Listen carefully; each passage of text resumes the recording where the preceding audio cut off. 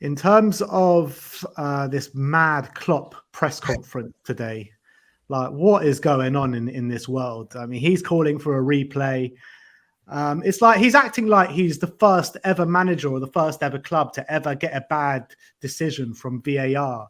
I mean, I brought it on the Tottenham update earlier today. There have been 5 different situations in the last year where goals have been ruled out or given, and wrongly so, by VAR. He's calling the unprecedented, the decision not to allow that goal. And he also said Jota's red card, it's unprecedented that someone gets sent off without touching an opposition player once. And I'm like, how many lies? How many lies can you tell in one press conference? I'm like, he just needs to move on and get over it. Like, it's one game, Ben. Like let's be honest, Liverpool ain't winning the Premier League. I don't care what anyone says. We all know deep down, way deep down, Man City are going to win it, regardless of their, lost to Wolves and they lost in the cup. Man City winning the league. Going to win it, Henry. Well, you never know. It's title race. It's title race. If you can't see what Levy and Postecoglou are doing, you can F off down the Emirates. That's another one, I guess. The one thing I will say is, like, for obvious reasons, we can't replay this game, right? If that was going to happen, then replay the Champions League final where we got robbed of a penalty that could have changed the result. So, Henry, you need to replay every single Spurs-Liverpool game over the past 5 years, essentially. Exactly. We're flipping, what was it, Jota kicked Skip, Robertson football, by the way. That particular one, the Klopp one, the Jota one, when he turned around and said to Ryan Mason, I think you should worry about other things, dismissive about his concerns. That particular thing, because people in like Alan Sugar, all these people were saying, this might have sort of dire outcomes or big outcomes that are going to affect things. And that particular goal that Jota scored when he should have been on the pitch cost us European football. We would be playing in the Conference League right now. And we're not sitting in London, are we? We're not crying about it. Sitting here throwing our toys out of pram.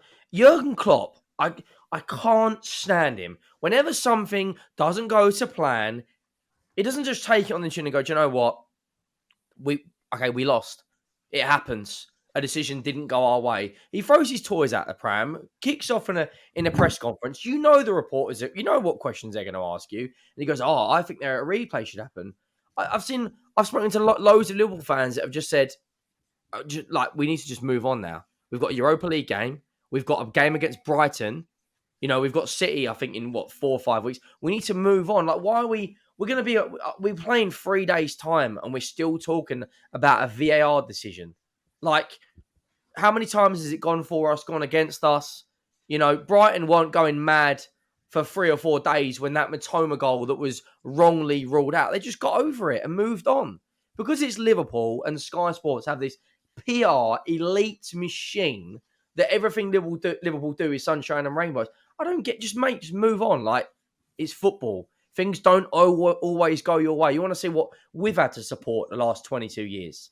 Like, yeah, but you know what, Henry, mate, but by playing, he knows that deep down there's never going to be a replay. I personally think it's embarrassing what he did and what he said. And even my Liverpool mates who I've argued with all week about the individual circumstances, they've all come out and said that's pretty weak from Jurgen Klopp. But what he's really doing, he's probably thinking deep down he's playing 3 or 4D chess here, that he's working on this kind of Liverpool martyrdom thing where they're all martyrs, they're all victims to these like horrible slices of luck that everyone's against them. But he's lining up for a system where he can draw back on this and this conversation can rumble on so that the balance of probabilities give him every 50-50 over the next however long. Against Brighton, you know that something will happen where it will go in their favour. And against Tottenham later on in the season, it will go their favour. By keeping this bell, by ringing this bell as long and as loud as they are, it gives more and more noise and momentum so that the next time Liverpool need some favour in a game, some 50-50, that the referee is going to lean, that the on-field referee is going to lean one direction on it. And then when it comes to the VAR determining whether or not there's a clear and obvious error, which is, again, the problem with VAR is that you've got subjective decisions on the field. And as long as there's logic to the subjectivity, then the subjective definition of clear and obvious can obviously mean that that's the reason why you can have situations where Romero's handball 1 week is a penalty, the next week it's not. It's because if the VAR can decide, there's a logic to why it's not a penalty here, then it's not an obvious error. And so, like, what he's doing by ringing that bell long and loud is that he's making sure that the next 2 or 3 opportunities where a 50-50 goes his way, he'll get it, and then the VAR won't intervene. So it's clever, if not embarrassing. Of course, it's embarrassing.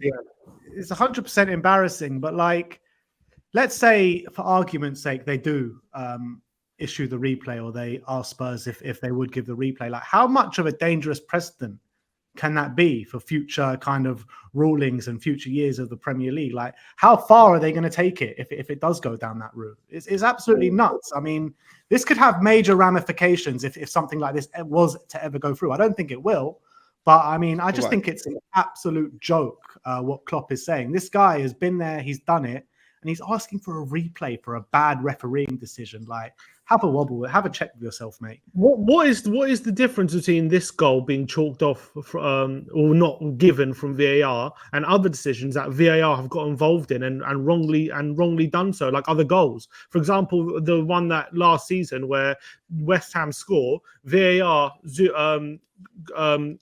intervenes and disallows the goal. The PGMOL the next day say actually VAR should never have intervened. It was never a foul and the goal was allowed. So why is that not going against the rules as well? Like, if is that not applying the rules wrongly? What is the difference in terms of that decision from VAR being wrong and this goal? Like is the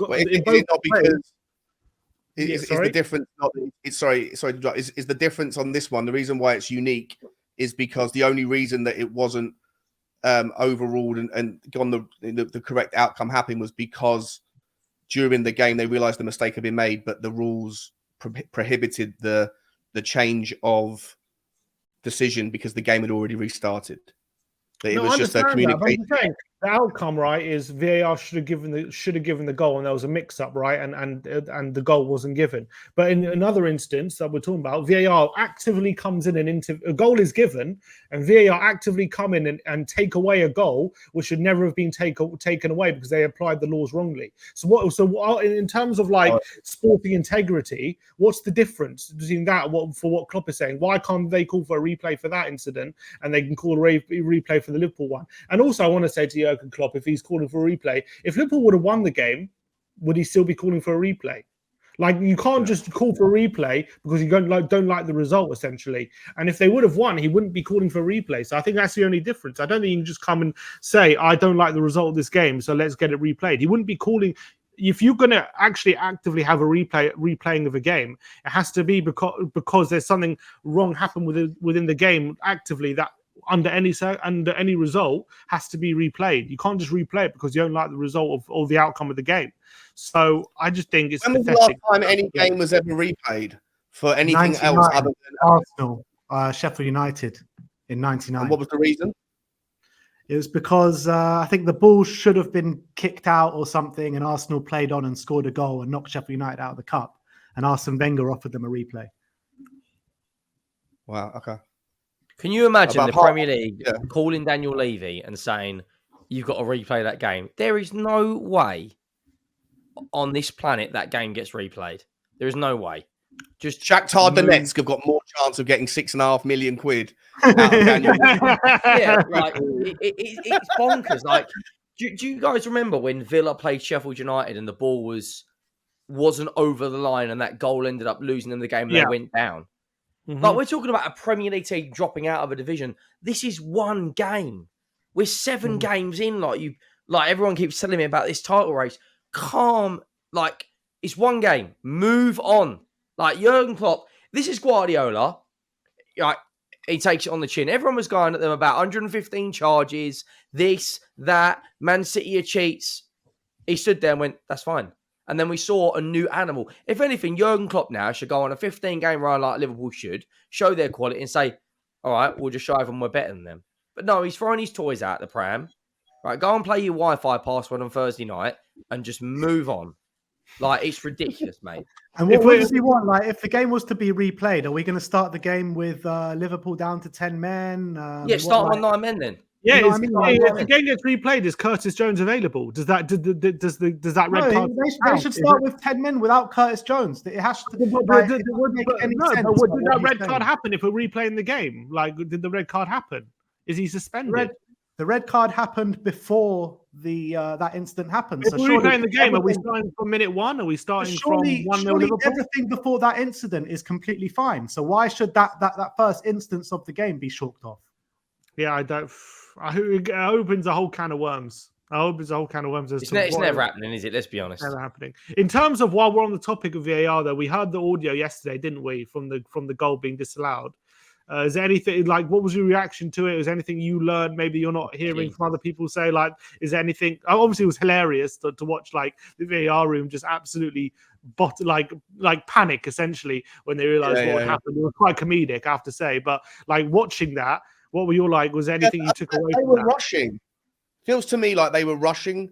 Like, as the replay started, you could already hear, the first thing you could hear someone saying was, like, both of them pulling or something, both pulling. So, like, one of them was already looking at the two players, at Salah and whoever it was, before the ball got there.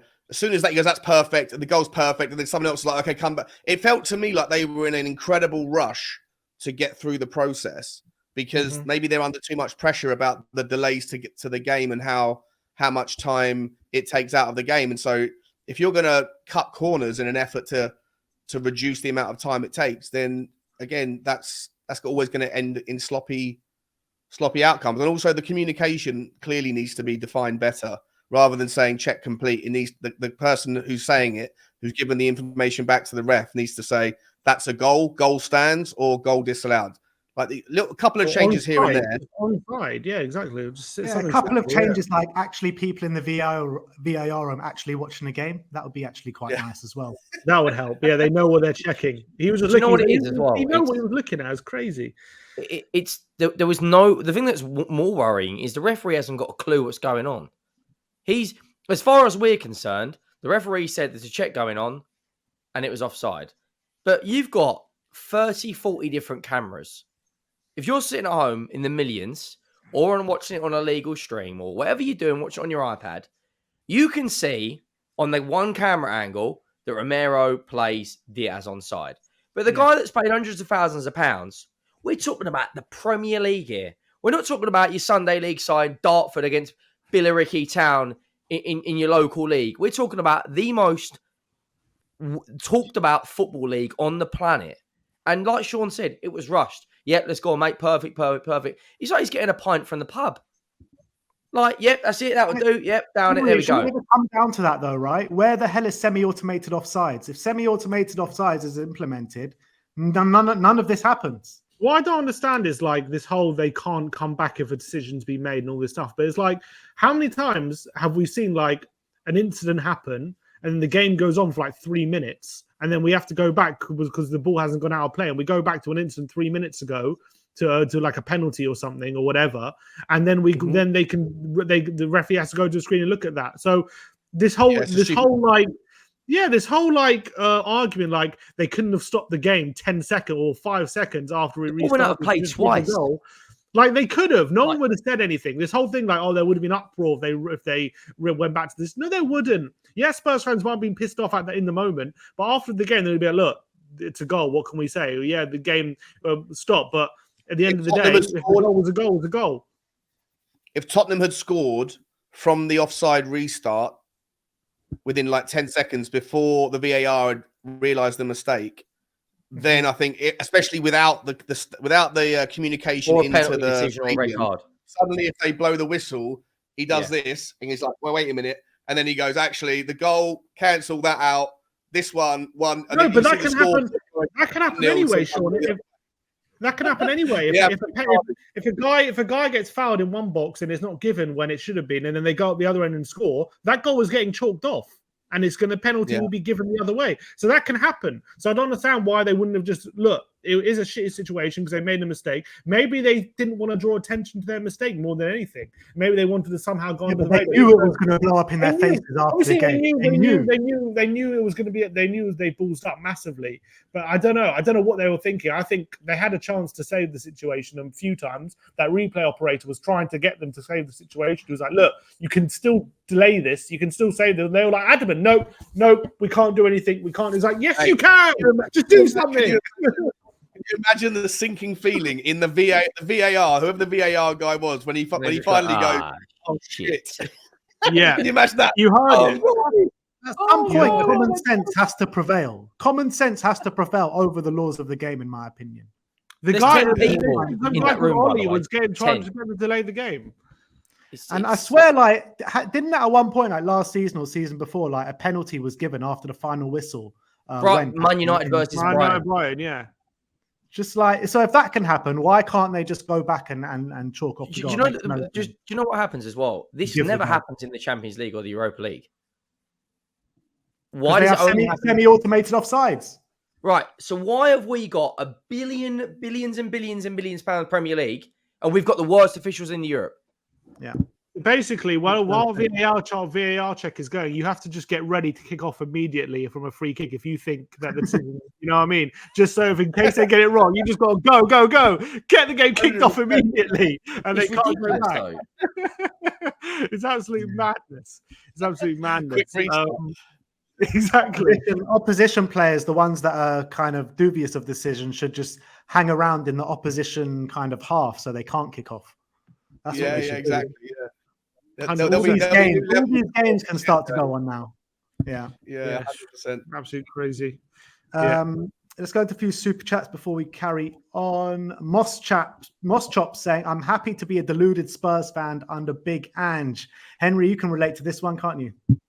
Yeah, I mean, 1 minute I'm part of this negative duo of me and Sean. The next minute I'm jumping on the bandwagon calling phase one. Like I'd like I'm just getting behind the team. Like I'm happy to be deluded at the when we start losing, people are going to start getting called out. You're just following Big Ange's instructions. He said, "Just go and believe. Just go. Yeah. Just go." He wants you why to not, mate? Get carried away. Get carried away. Why not? Exactly. And Aruv Kumar saying, "Liverpool fans the entire week have been saying we don't want a replay. We just want fair refereeing. Only Klopp to publicly state we want a replay."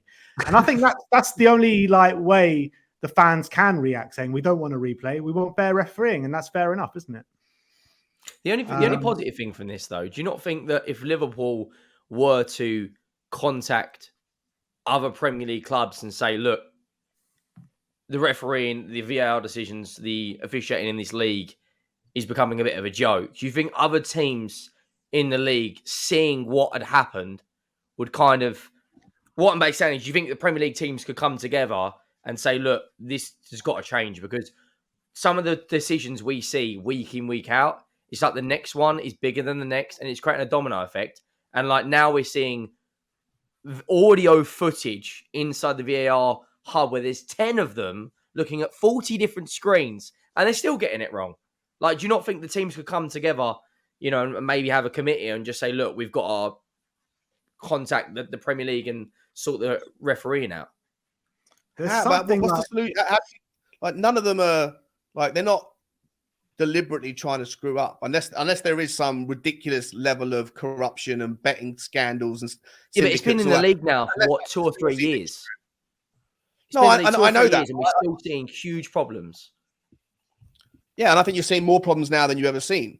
But I don't know, unless you remove the subjectivity out of the game, which you can't do because football is a subjective game, then you're always going to have the referees making their subjective decisions in real time. And if the rules are based around whether or not the referees on the pitch make clear and obvious errors, you're going to lead to more subjectivity from people somewhere else that are then determining whether or not, and it's just, it becomes, it's a quagmire of opinions. And I don't think that there's an easy solution other than keep the stuff that is flawless, keep the things like goal line technology, keep those sorts of things, and anything that still requires subjectivity on some level, like a referee's determination of a foul, remove the VAR and just leave it with the on-field referee. Go back to the days when you had one person in the black who you could hate, who everyone could hate. Now there's this zero accountability. Rather than 50. Rather than, I don't know who to hate. I don't know if it's 10 men in the room. I don't know if it's the guy on the pitch or the linesman.